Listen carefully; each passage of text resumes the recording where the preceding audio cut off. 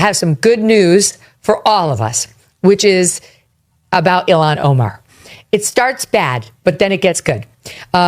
She married her brother, allegedly, so that he could get into the country and be here, like an immigration matter. Trump keeps saying that she married her brother so she could get in. That's not it. She was already in. She was brought in by her dad when she was young, under 18. But she did reportedly, allegedly, marry her own brother so that he could come into the country, and then divorced him and got remarried to her own ex-husband, I think is how it went, because this is all a fraud to get her brother here. Legal Insurrection, which is a great website, tells me the statute of limitations has run on that claim, that immigration fraud claim with the brother, if indeed it happened. However, because Tom Homan was on Fox saying that they're looking into this brother thing with Ilhan Omar. That's the best news we've heard. I'm thrilled that DHS is actually looking into it. So if the statute of limitations has run on the brother situation, still it should be exposed and documented. There is the possibility that she's still in trouble because now they think, okay, let me just read the following. And they're citing this Matt Tardio on X. Ilhan Omar claims that she obtained her citizenship when her father was naturalized in 2000, just months before her 18th birthday. But there's a problem. No record has been found of his naturalization paperwork. In response to a FOIA request for her father's N-400 paperwork filed by A.J. Kern in June of 2023, the National Records Center was unable to locate any filings under his name. Question, can she be denaturalized and deported if this is substantiated? Answer, yes. If fraud was involved in her father's alleged naturalization, then her citizenship could be on the chopping block because that would be immigration fraud by the dad that would affect her. And that would be a political earthquake, Dave Smith, that if she's not a U.S. citizen, she can't be a U.S. House member and she could be deported. I mean, I just want to give you that little nugget going off into the weekend. It might be evil how excited that prospect makes me, but that really would be something. I mean, geez, what a weird story. We deserve it. Yeah. Well, look, I mean, there's no self-respecting country can put up with people. And don't get me wrong, I could make, we've been bombing Somalia for 20 years and hundreds of thousands of people have died in that country and lots of people have fled over, like U.S. action. Like, I'm not trying to sound like a lefty here. I'm just a constitutionalist Ron Paul type guy who's like, we shouldn't have been doing that. But no self-respecting country. And they can go someplace else. Yes, but no self-respecting country can have a system where anyone from the world can come in and then immediately start lecturing us about how our society is wrong and needs to be overhauled. It's so outrageous. A denaturalization lawsuit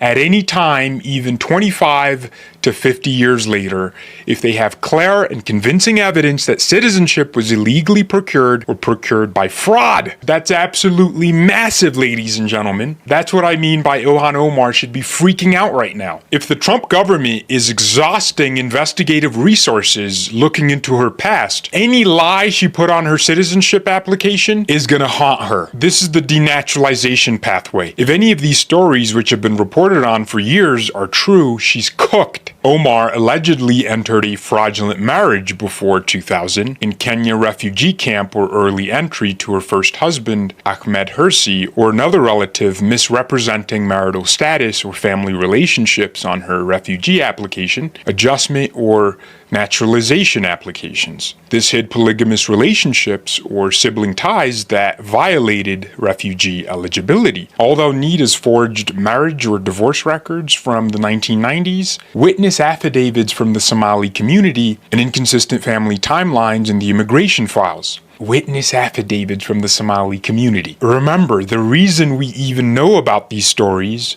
is because Somalis snitched on Ilhan. This would mean she was ineligible for refugee status due to all that fraud. That's enough grounds for revocation. There's also allegations that Ilhan lied about her family's refugee persecution story in 92 and 95. That would fall under illegal procurement. Also allegations of concealment of criminal or terror ties in her family. There's been a lot of reports that her family is linked to groups like Al-Shabaab, and the implications of that are self-explanatory. self-explanatory. If that information was given to immigration officers, she would have never gotten her case granted. And remember, there's no time limit. Civil denaturalization has none. Let me know if you guys enjoyed that breakdown. I'm just in a good mood about this, man. Tom Homan confirming there's an investigation, and us having a real pathway to denaturalization, and then hopefully at the end, deportation. At the very least, we have to investigate her connections to the fraud that's been going on in Minnesota and lock her up. Let's see what happens. President Donald Trump's Department of Justice is preparing to unleash a sweeping new campaign targeting foreign nationals who lied, defrauded, or committed crimes to obtain U.S. citizenship. And it's sending shockwaves through D.C. A newly circulated DOJ memo, issued by Assistant Attorney General Brett A. Shumate, instructs federal attorneys to, quote, prioritize and maximally pursue denaturalization proceedings, unquote, including against individuals who conceal gang ties, human rights abuses, financial crimes, or simply committed fraud in the naturalization process. That last category is key because according to overwhelming documentation, Representative Ilhan Omar, she checks all the boxes. For years, credible allegations have circulated that Ilhan Omar lied on her immigration documents. Hello, good people. I hope that you are doing fine from any part of the world that you are watching today's video from. Today's topic asks us a very difficult question, a question that so many Americans never thought they could hear in their lifetime. Can someone in the US be deported once they are naturalized? The debate has resurfaced online following renewed political attacks on Congresswoman Ilhan Omar. Critics suggest that naturalized citizenship is always permanent. On the other hand, supporters argue that the claims are dangerous and they are rooted in political hostility rather than legal reality. Under the United States law, citizenship, whether by birth or naturalization, is supposed to offer equal protection. However, there are rare cases or provisions that allow denaturalization. This occurs when citizenship was obtained through fraud and also if it was obtained through misrepresentation. That legal loophole has become the center of intense political messaging. For the case of Ilhan supporters, this discussion represents a deeper fear. It says that the immigrant politicians, especially the blacks and the Muslim leaders, are being singled out due to intimidation. For critics, it's framed as a matter of law and also accountability. So the real question becomes, is this about justice or is it about political intimidation? Welcome back to Polito Realities, a channel that handles real discussions and puts forward what so many people fear to talk about. If you love listening to real conversations, then this channel is for you. Before we break all this down, sit with me, let's watch the clips and hear what people are saying about what is happening. But then take a minute to subscribe, to like, and to share today's video.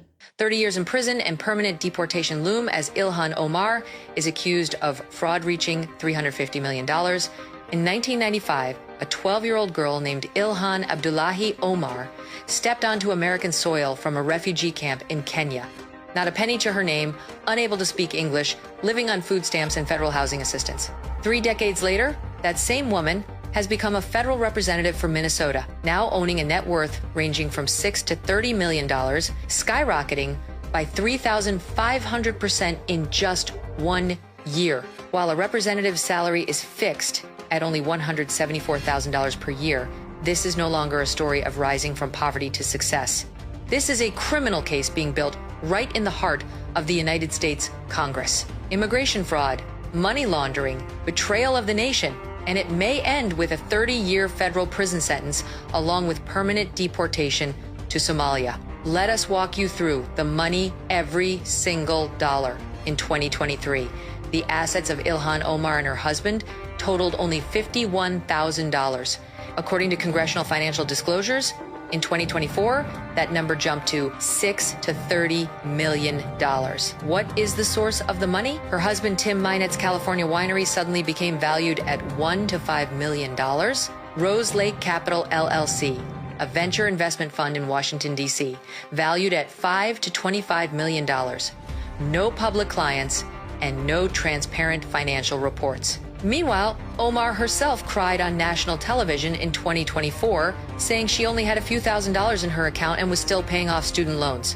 While millions of African American, Asian American, and Latino Americans have struggled with inflation and debt, a representative who constantly calls America a white colonial empire suddenly became a dollar millionaire overnight. The question now is no longer whether there is anything shady, but how shady it is. The marriage from 2009 to 2017 with Ahmed Nur Saeed Elmi, a man whom the Somali community in Minneapolis publicly calls her biological brother. And what was the purpose? To cheat for a green card, to cheat federal scholarships at North Dakota University, to cheat the entire U.S. immigration system.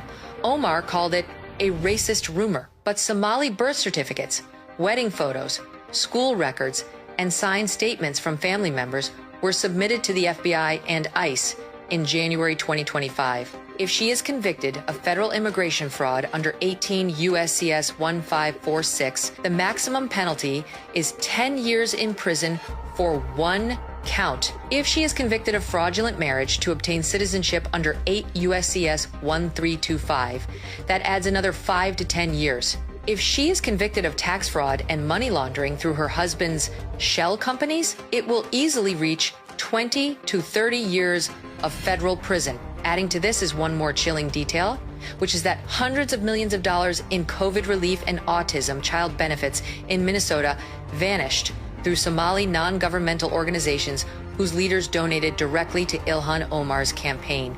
And where did that money go? Part of it was reportedly funneled back to Somalia through the underground Hawala transfer system, one branch of which American intelligence suspects of funding al-Shabaab. The newly returned Trump administration has declared clearly that cleaning house will happen and no exceptions will be made. The calls now are no longer the voice of a few conservative groups.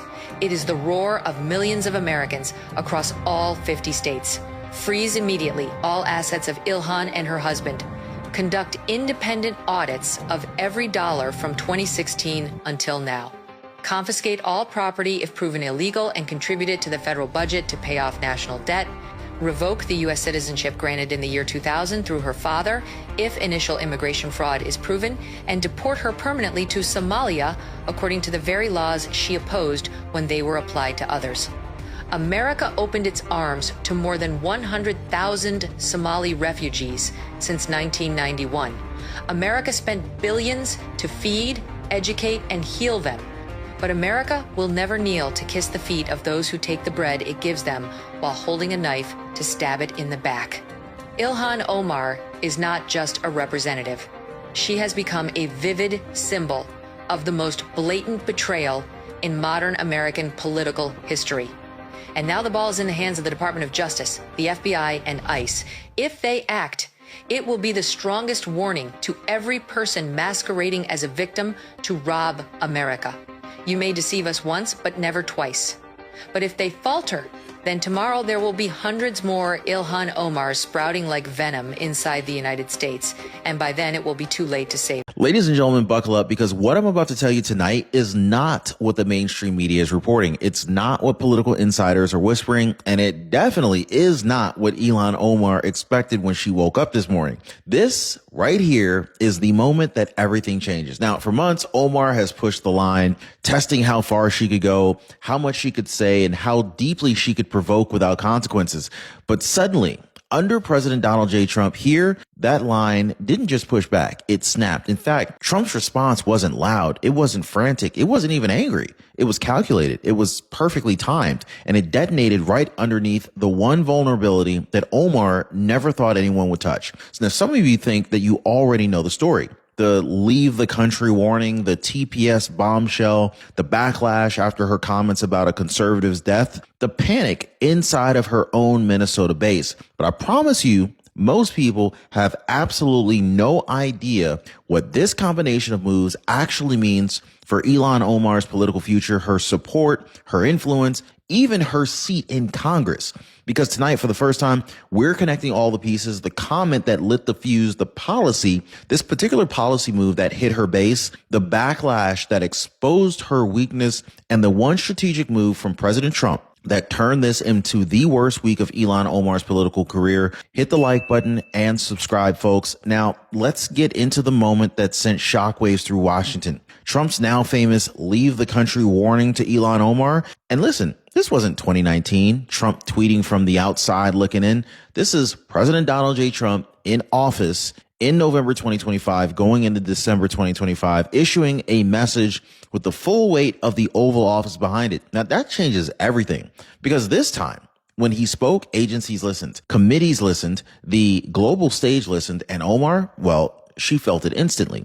Now, what triggered this? It traces directly back to her pattern of comments, culminating in the moment that the public finally couldn't ignore. Trump saw the opening. He saw a member of Congress showing contempt toward American families, toward grief, toward the very values that she claims to fight for. And instead of lashing out emotionally, Trump delivered a cold, precise directive. If you hate this country so much, why are you here in Congress representing it? It wasn't a slogan. It wasn't a rhetoric. It was a warning. This is one that carried consequences that Omar never imagined. This entire political earthquake began with a moment that was so shocking that even longtime observers couldn't believe Omar actually said it. A young conservative activist, beloved by millions, father of two, dies suddenly. Instantly, the nation rallies around his grieving family. Even political rivals pause out of basic human decency for Charlie Kirk. But Ilhan Omar doesn't. Instead, she shares content mocking Charlie Kirk, portraying him as a puppet master whose strings finally snapped. People expected silence. She delivered. DHS came out and said, we're really considering denaturalization action against some of these major criminals. Can you explain that? I mean, I think that would really stick. A lot of people would say, wow, the Trump administration is really serious if they start denaturalizing people in this country. Yeah, under U.S. law, if you procure citizenship or a visa, a green card on fraudulent grounds, that is basis for denaturalization or removal of that visa or green card. So, of course, President Trump has directed the Department of Homeland Security. We're doing a massive scale audit on these countries of concern, Somalia being among them. And so we're looking at how are these citizenship procured? How are these visas procured? We know that the past administration, basic mechanisms were not being done. Basic checks were not being done. And so we did see wide-scale fraud. We did see wide-scale abuse of our legal immigration system. And so it's really incumbent upon us to go back, see how this was procured. And if that means denaturalization, that's a route that's certainly on the table. Okay. What is the legal process there? I mean, a lot of people say that Ilhan Omar engaged in immigration fraud as well. I mean, the White House is out posting articles about it. What you're saying is that if somebody like Ilhan Omar was engaged in immigration fraud, that they could have their American citizenship stripped away, and there's a legal process for that. Oh, absolutely. That's under U.S. law. If they have procured their citizenship, this could be anyone, including Ilhan Omar, on a fraudulent grounds, that could be revoked. Do you have success in those actions? I mean, we've read the New York Times piece. We've seen some of the build up to this. We've seen the messaging on it. But are you seeing actual success? I know that this is a legal process, right? Absolutely. This is a case-by-case basis, a legal process. This is something that President Trump has been very focused on. Secretary Noem has been incredibly focused on. But I do, Benny, if you wouldn't mind, I want to back up to also what we're seeing on the ground as far as some of these suspected fraudsters. What we're seeing, and I think that there has been some coverage of it actually from you all, is that these people are really scrambling to cover up their tracks and trying to create the illusion that there are legitimate business operations and business practices going on when it's all a fugazi. So that's something that I think we're going to see more and more of, and those viewers watching should be aware of. But our Homeland Security investigators, our FBI, and other law enforcement on the ground are also aware that this is going on, and they're not going to be, rules not going to be pulled over their eyes. Hello and welcome back to our discussion. And let's agree this, denaturalization can't take place. You can be naturalized and be a citizen of the United States, but then you can be deported if you never follow the right legal process.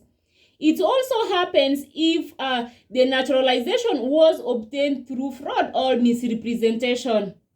The idea that a naturalized United States citizen could be deported sounds shocking, but again, it's not a new thing. What is new is how often this argument is used in political attacks, particularly against high-profile immigrant politicians, just like the Congresswoman Ilhan Omar. Remember that Ilhan Omar is a U.S. citizen by naturalization. Naturalization is just a legal process that grants the same rights as a citizen by birth.